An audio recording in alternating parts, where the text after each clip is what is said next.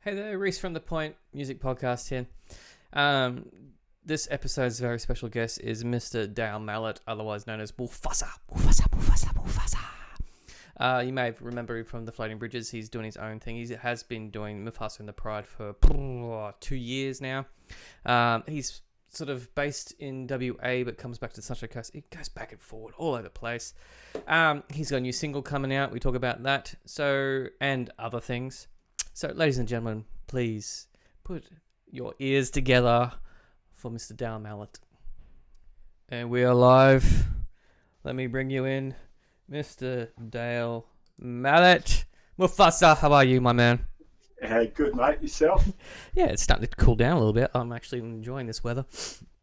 Yeah, it is definitely. It is over here too, mate. It's pretty brisk. Yeah, for those that don't know, Dale's over in W8. Hanging out over there. What? Yeah, You got a 3 or 4 hour time difference, don't you? So it's like 4 o'clock in the afternoon, isn't it? It's 2 hours now. I think. Okay. It gets tricky over here when the daylight savings comes in because you don't know. Queensland time is 2, and then when it's New South Wales, it's 3, and then as of April it changes. So Woo! I don't know. Yeah, it's still sunlight outside, so it's pitch black right now here. So yeah. Formalities. Now you have been busy because you're doing the solo shit as well as doing the Pride, and you got a single coming out. Yeah, I sure have. You didn't send it to me to have a listen to. Oh, mate. how good are we? You know? Yeah. Connections. It's kind of been a bit of a journey, I guess. With the solo stuff, I think it was about 6 months or 4 months ago, I kind of just launched the solo project as, that's kind of what I've been doing on the road all the time. So the band stuff is probably about 20% of my gigs at the moment, and then the rest of the stuff is solo, and that's traveling around the country, kind of playing different little towns, but then, getting that inspiration on the road, which sort of led to actually 2 years ago, because I've only been playing the guitar for a short period of time, and so everything I hear or feel, it's all these little inspirations. I'm like, I could try writing a song using that chord and those different progressions. So, this debut single I've got, Road to Exmouth, is basically about the trip from Perth to Exmouth that I did 2 years ago, traveling on the road. So it's a bit different to the band stuff, but it's fun, and it's more storytelling sort of stuff in the songs rather than based on a hook or a riff. It's based on the story of the song. So. Which is how you want to go with the singer-songwriter thing, right? Exactly. Yeah. Because I've always thought of like with the Pride as basically it's your material anyway, and they basically just come on as a backing band for you, much like how Xavier Rudd and the United Nations are an extreme example of it, but like even to some point Matt McHugh and the Beautiful Girls, right? So Matt's always kind of said that he is the Beautiful Girls. There is dispute about that, but generally he writes the songs, right? So that's how I kind of figured it with you doing that. So my question would be, when you just, because I was trying to figure out with Mufassa and the Pride, but then at the same time though, trying to figure out why you would separate it. Yeah. So the style of music was so different. Okay. The roots reggae stuff with Mufassa and the Pride is more your big band sort of kind of brass and all that sort of all those elements. Yeah, bigger feel. And then like Road to Exmouth is really laid back, more country roots kind of style rather than your roots reggae stuff. See, I would have known about that if you actually sent me the song. Yeah, no. Whoops. But I actually debated about whether to do that, to separate it. But I kind of found a few times I was posting up on Facebook and socials that I was going to play a gig solo as Mufassa. Yeah. And then people would turn up Expecting to see the band. So, Okay. and then I didn't want to. Mufassa is my nickname that the floating bridges gave me years ago. So I kind of thought, people know me as Mufassa. Why would I change the name for the solo project as something different, as Dale Mallett or whatever? Yep. Because Mufassa is me. So I'm traveling around and people know me as that. So I decided to separate them and keep it as Mufassa Solo, with solo in the name, so people can't confuse the two together. Get confused. Yeah. All right. Well, that's fair. Yeah. That was the one thing I was just. It was a slight concern, but and curious more than anything as to, because you already built up a following with the Pride. So would you be utilizing the following the Pride actually already has, and the fan base that Pride has, to sort of like cross promote what you're doing with solo sort of stuff too? Yeah, I think so, and I think the band stuff, there's an element of more professionalism, I feel, with the band stuff. The solo stuff is just me. It's exactly who I am and what I do every day of the week. Yeah. Traveling around the country in our caravan with our son and our dog, and it's that grassroots sort of stuff. I sometimes, I don't know if it's a pressure that I put myself under with music and band stuff, is that, when you're applying to festivals and things like that, if you kind of give that vibe that you're playing all these little solo gigs around the place, but then you're doing a band gig as well, would that affect, would you not be allowed to do the solo gigs leading up to a festival that has maybe a month either side? That has an embargo either side. Yeah, okay.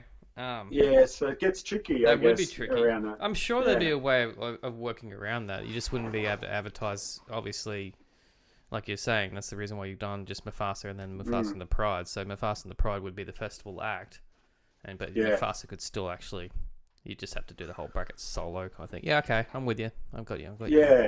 Yeah, it's interesting, and I have sat with it for a couple of years now. I've kind of toyed with the idea, and actually talking to Brian Goodworth at Big Rock, he was kind of like, his idea was that as well as myself, that the music was, so it was contrasting to what the band was putting out, that it just wouldn't. People would then go, well, what sort of a band is Mufasa and the Pride? Is it a country band or is it a roots reggae kind of act, and even with the solo stuff, like my live streaming gigs that I've done, I'm still, when I play solo, I still loop up stuff and I'll throw in some reggae vibes and do my band stuff, but how I would do it solo.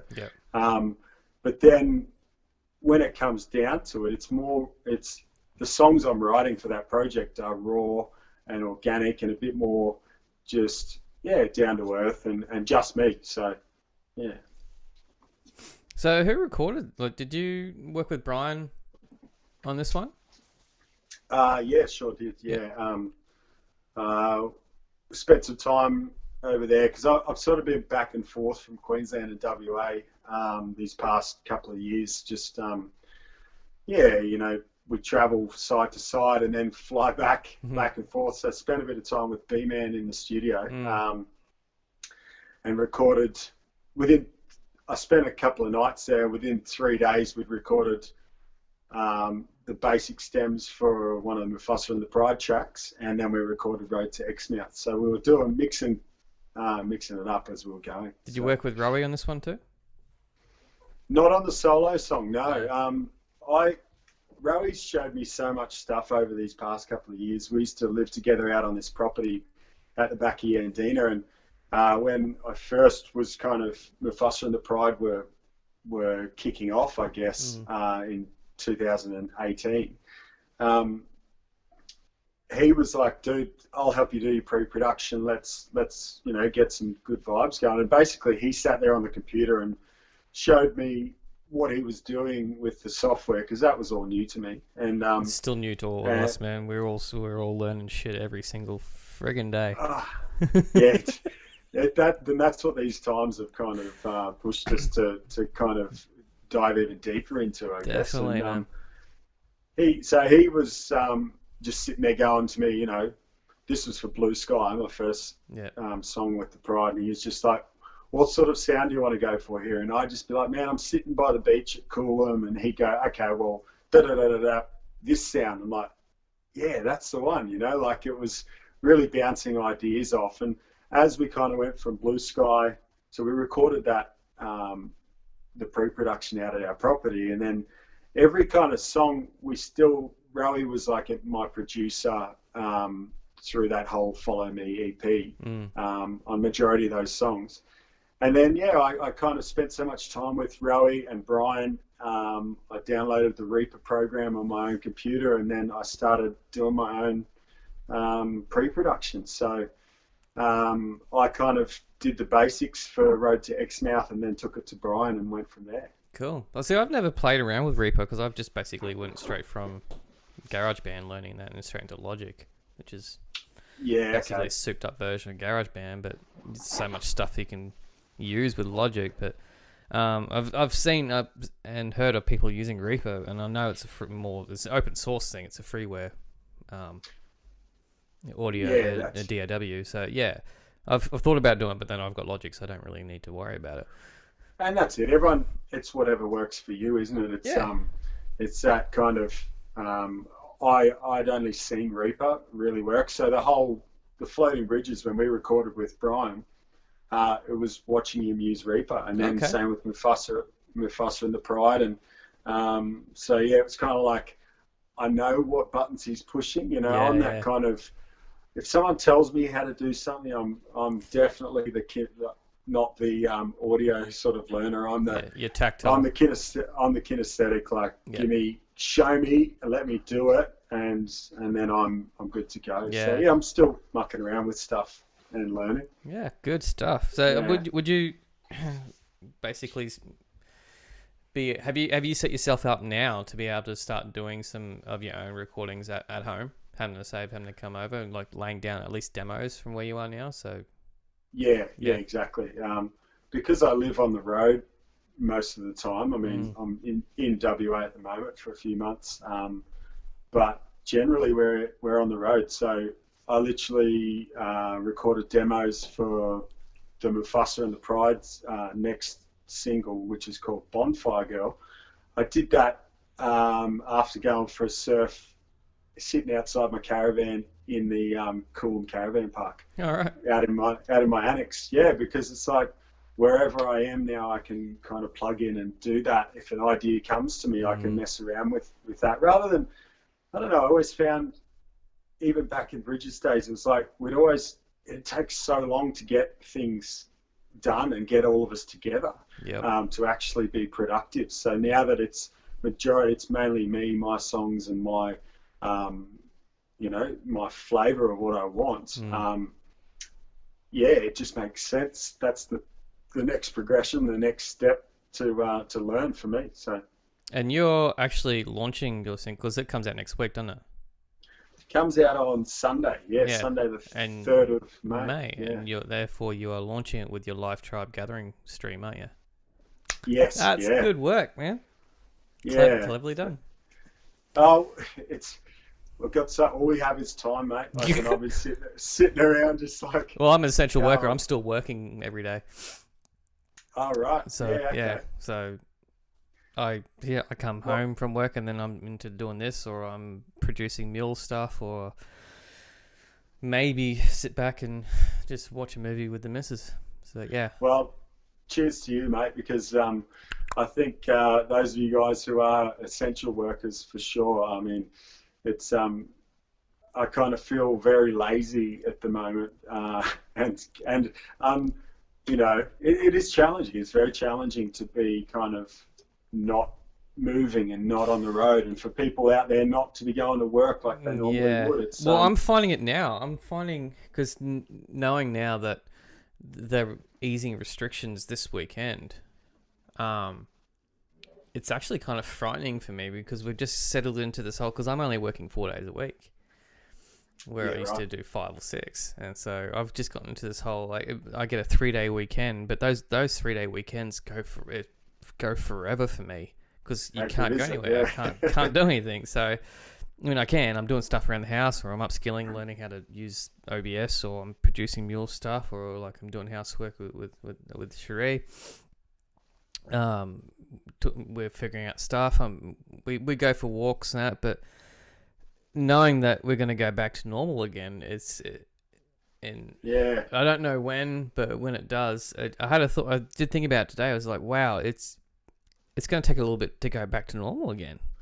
yeah. I think it's we're kind of just getting used to the whole look. It's just about us, and it's just about me, and I've got to invest in myself Yeah, and my time and my energy in me and what I'm doing and learning, and which is really beneficial to us all. You know, if you can find that space. But mm. yeah, I think the world is so fast paced and crazy, or was, Yep, and to go straight back to that is a bit scary, I it think. is Yeah, for sure. because I definitely. Socially.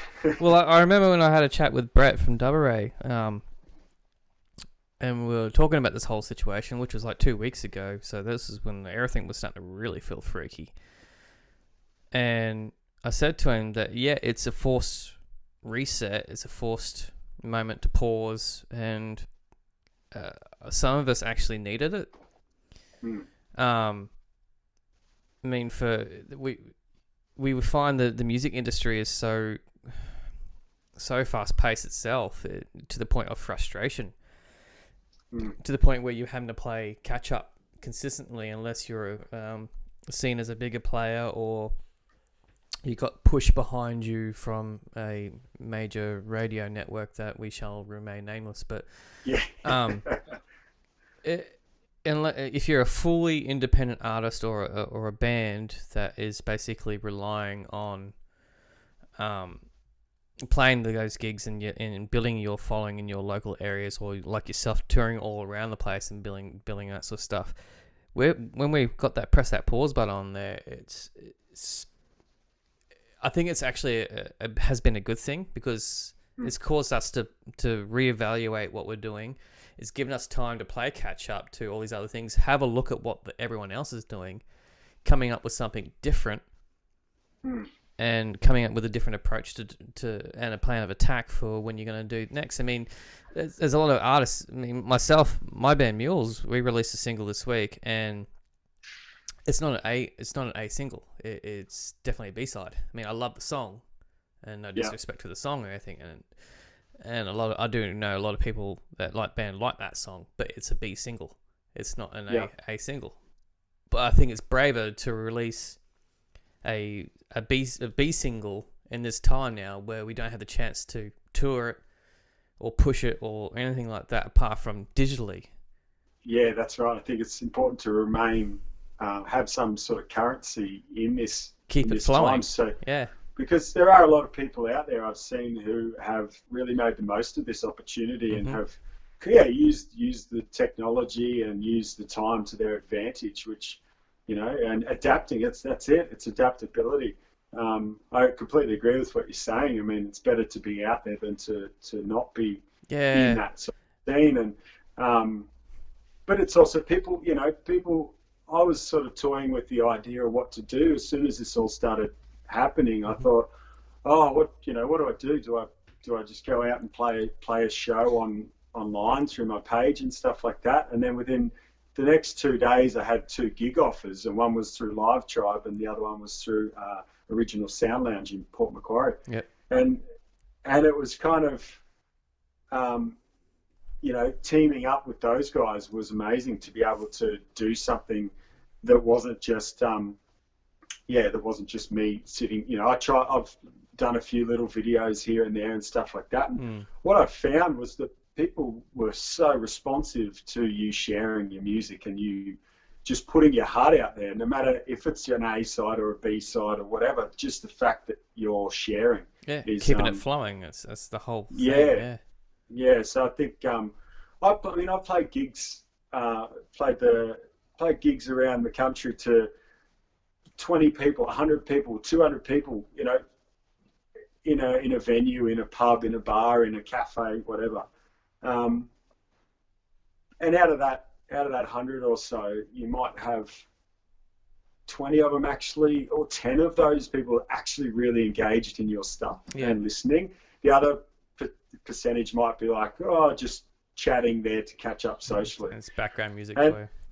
Yeah, that's it. That sometimes, and then, but then doing the live stuff online, it's like whoever's watching. There might have been. I saw Barefoot the other day. There was 127 people at one stage watching. Yeah, that was probably the peak because I was moderating it. So it was. And 127 people that have chosen to go to that thing and that page and to watch it on their phone, probably through speakers. Most people are, and through headphones. Yeah.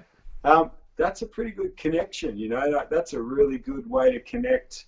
I've played my 2 gigs, and there were people watching that have never seen me play a live gig before in their life, and I thought, wow, it's a different level. It's a completely different. Did it feel intimidating for you though? Oh, 100%. Yeah. See, I know Asher and Rowie were like, this is really weird. You're creating your own energy. That's the thing. Yeah, it's hard to get It's hard to feedback. It's hard to get that engagement that you're wanting, that you're craving as an artist. Like when you're playing live, you do thrive off that feedback with engagement with the crowd. For sure. And you see a little dot in the corner there, just saying there's many people like watching, and every now and then you may see like a comments coming up in that, and that's why I was moderating the comments so I could keep up and like engage while those two were busy fucking playing. And even that was hard.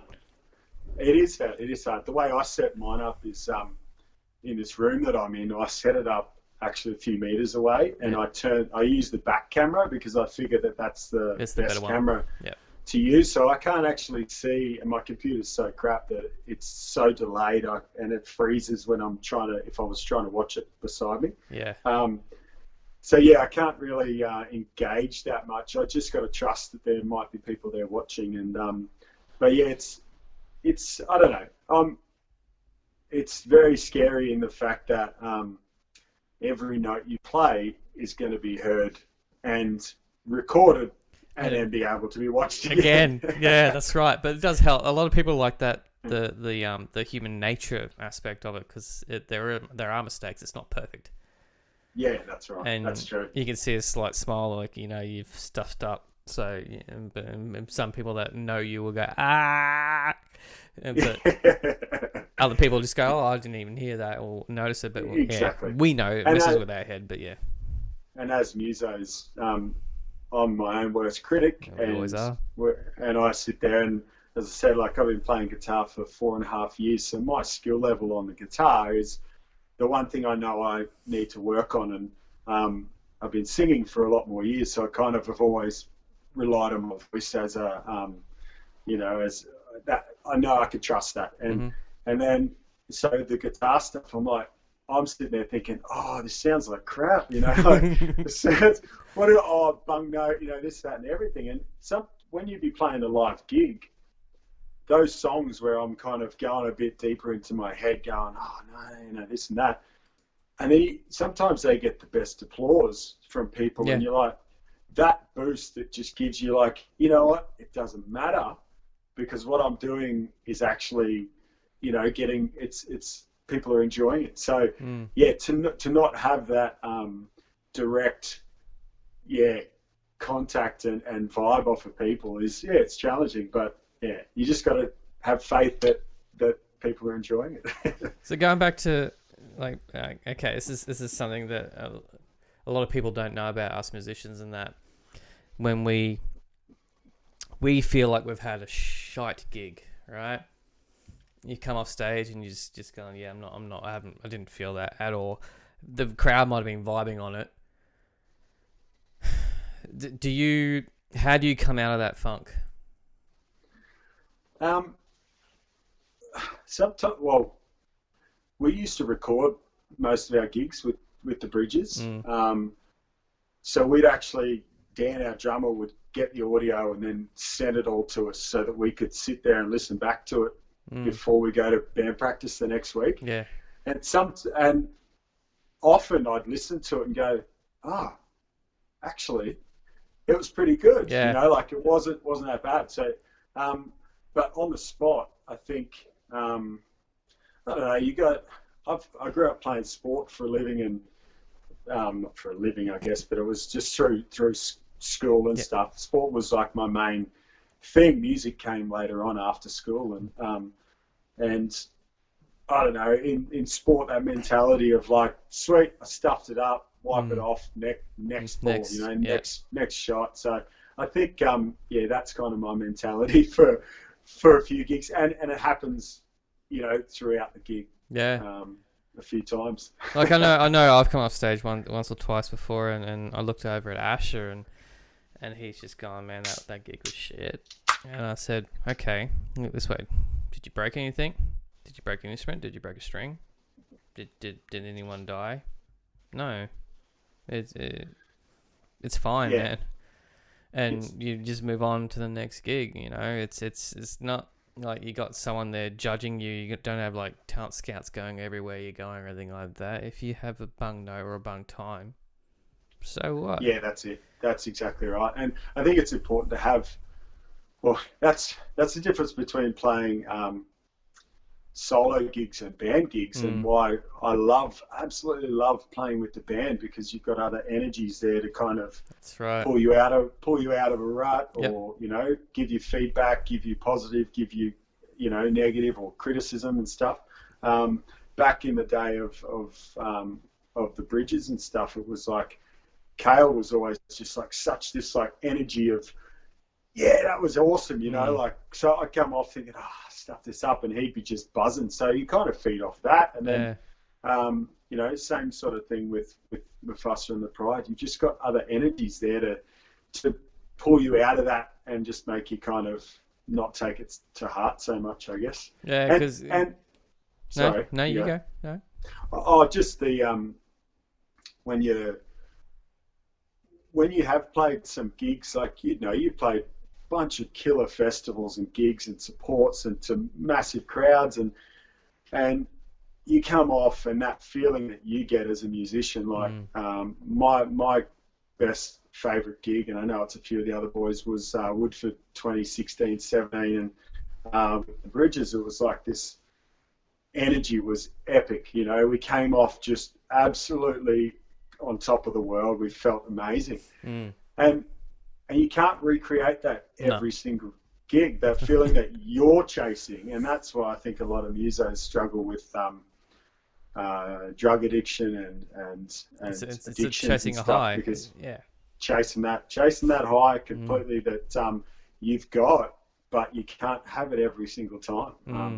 You know, I mean, and if you could, then it wouldn't be fun anymore anyway. Yeah, I think you'd lose. Thing. Yeah, you would actually lose that buzz out of it if it wasn't giving you some kind of rush. I mean, I don't get nervous when I get on stage with Barefoot. I don't. I think there's probably been one or twice in the last few years where I've actually got, and I think one of them was supporting the first support with Catch a Fire. Yeah, that's the only time I've really been nervous. But apart from that, I don't. Even on the stage, you become a different person, and the gig's done. With mules, I get nervous every single goddamn time before I get on stage. Yeah, right. Because you haven't done it as much? No, you haven't... different responsibility. Yeah. Okay, so going back to what you're saying about having like either in using the Bridges as an example or the Pride, because they've both got a numerous amount of people in those bands. You've got all those people to bounce off, okay? And everyone has their own individual part. They're responsible for those parts. And if someone mucks up there, the other people have got you covered, right? Barefoot's the same sort of thing. I mean, Manager Matthews always said he's never heard me play a bung note, and that's bullshit because I've played plenty of bung notes. I just cover it up really well, okay? But with mules... There's only 3 of us on stage, man, and I'm responsible for a lot more in my role in mules than I am with Barefoot. Yeah, Yeah. I mean, if I hit a bung note, it doesn't really matter because the guitar and the bass are basically the same thing, so it sounds in tune anyway. But I know, Yeah, that's right. and it affects Yeah. me, and I feel Yeah. like I'm more exposed in that regard too. Mm. Which Yeah. is the solo stuff as That's well. exactly what I was going to bring up with the solo stuff. I mean, that's Yeah. probably one of the reasons why. Well, it's difficult to be a bass player and play solo. I mean, Victor Wooten does it, yeah, but it doesn't have that same kind of like pull, I guess. You would feel really exposed as a solo artist if you're doing that. You got nothing to back you up but your own self. Yeah, that's it. And I think for me personally, I mean, I've only I'm my old man was the same. He was like sort of jack of all trades, master of none, and then I see that in myself in music. I'm like, oh sweet, okay. I was singing, and then I was playing a bit of percussion with the bridges, and then I'm like, okay, I want to learn the guitar, so I learned the guitar, and then 9 months later, I booked my first gig, and I was like, why did I do that? But I was just pushing myself to kind of to get myself out there to kind of, if I have a deadline, I'm like, I have to pick it up, I have to learn it. And then once I had the guitar kind of sussed that I could play some chords, no lead licks or anything, I'm like, oh, sweet, what's next? Oh, I'll try a bit of harmonica. And it kind of, and then you realize that you're trying to do all these things that you don't really know how each one of them works greatly. You're just kind of putting it all together. And so that's where I've been this last 6 months is and with this coronavirus, it's like that's what it's given me the chance to do is sit down and go, all right, I need to work on this, I need to work on that. But yeah, back to your question, it's like I've played solo gigs on big stages that you would play with Barefoot or with the Bridges or something supporting bands. And it's just you. You've got a stomp box, you've got a guitar, and you've got your vocals, and you're like, right, okay, you know. Let's just strap in. All right, we got to do this. Mate. Hey, it's yeah. At the beginning of this whole crap, particularly given that the musicians were the first ones to really feel it because we're the first ones to go, basically. Yeah. You started the Cover Your Crew thing. Yeah. Did you expect it to go as far as it has gone? Again, I sort of sat there and toyed with the idea, and I thought about it for a few weeks. And actually, those who know me, I'm a teacher by trade. I do casual teaching as well when I'm in a place for a certain amount of time. And I was teaching. I'm usually a phys ed teacher, but I was teaching music. And there was every day there was like less and less kids turning up to school because of obvious reasons. And the lady, it was me and this other lady in the staff room, and I'm just sitting there.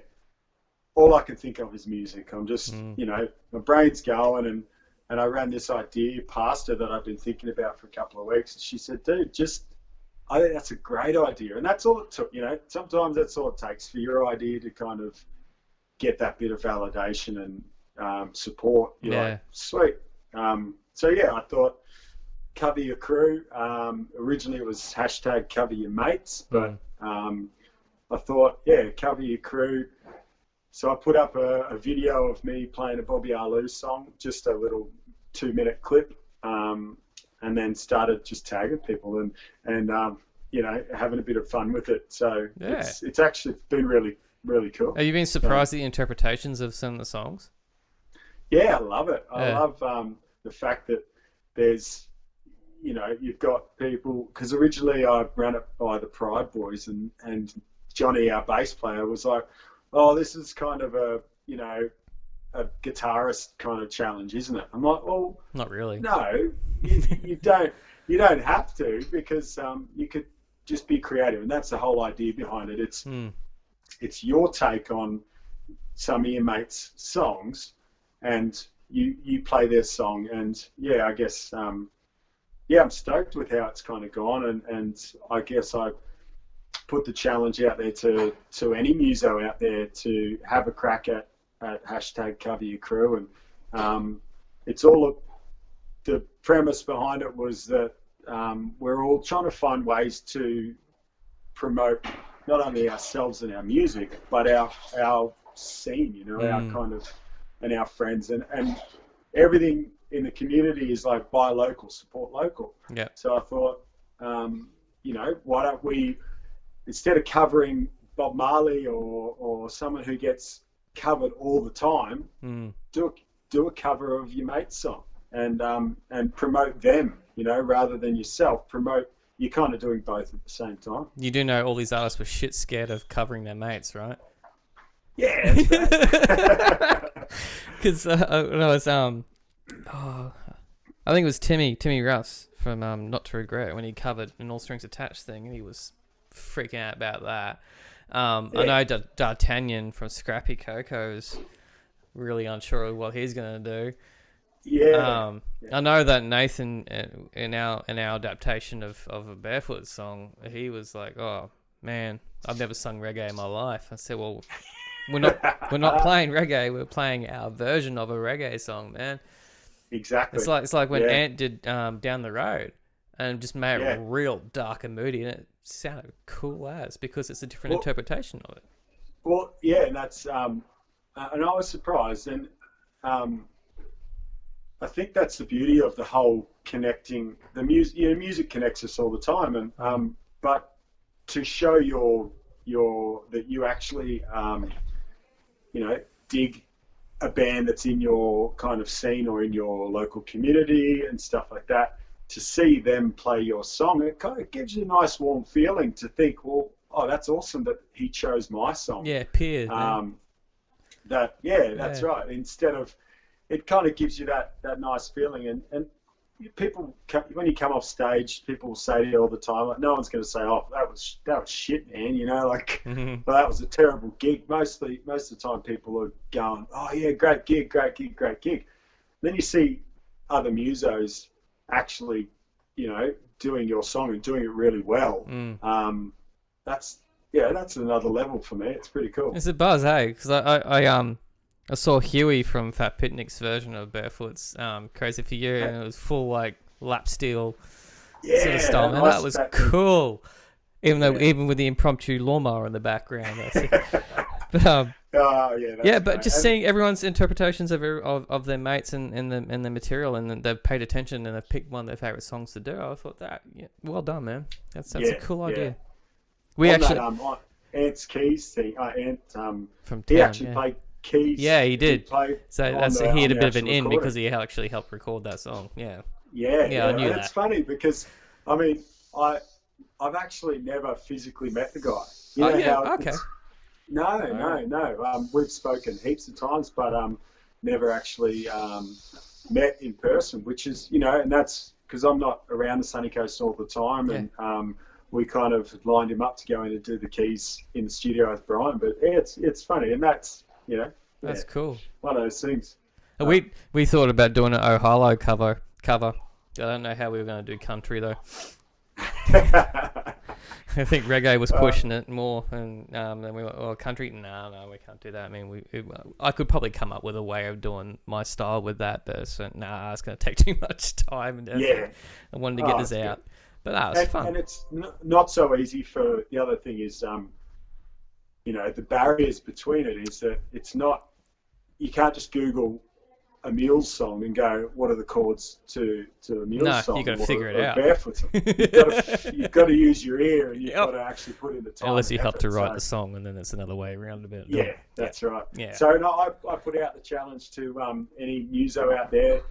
There's a nomination process through the social stuff, but don't worry screw about that. It's just hashtag it. Cover your crew. Hashtag cover your crew. Yeah. Have a crack. Choose a mate's song, and then, you know, then nominate them to do it. You know, that's keep it flowing. That's the whole idea, mate. We're just about hit 39, 40 minutes, dude. You smashed that. Look at that. Beautiful. Yeah, easy as. So, Road to Exmouth single comes out on Sunday, May 3rd. You're doing the live Tribe Gathering stream. What time are you on for that one? I'm on, as part of their Sunday sessions, I'm on at 3 p.m. Eastern time, so 1 p.m. WA time. Yep.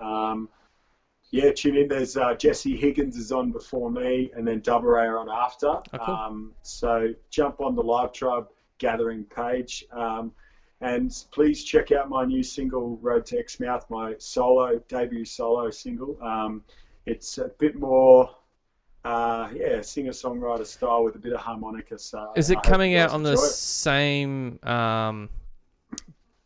Because you're releasing it as Mufassa solo, is it still coming out on the same Spotify artist platform, or is it going to be on a different one? No, it's a different platform. Yeah. So everything is Mufasa solo. Yeah.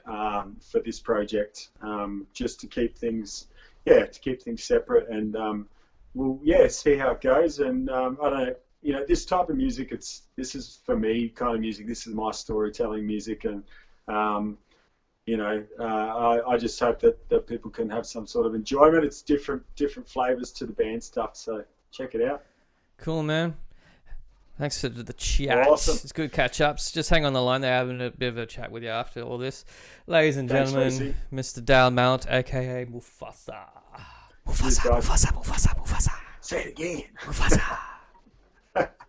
Thanks for tuning in. If you enjoyed this podcast and the other previous podcasts, please do press the subscribe button down below if you haven't done so, and ring the bell. Just it makes a difference. Plenty more to come. Cheers.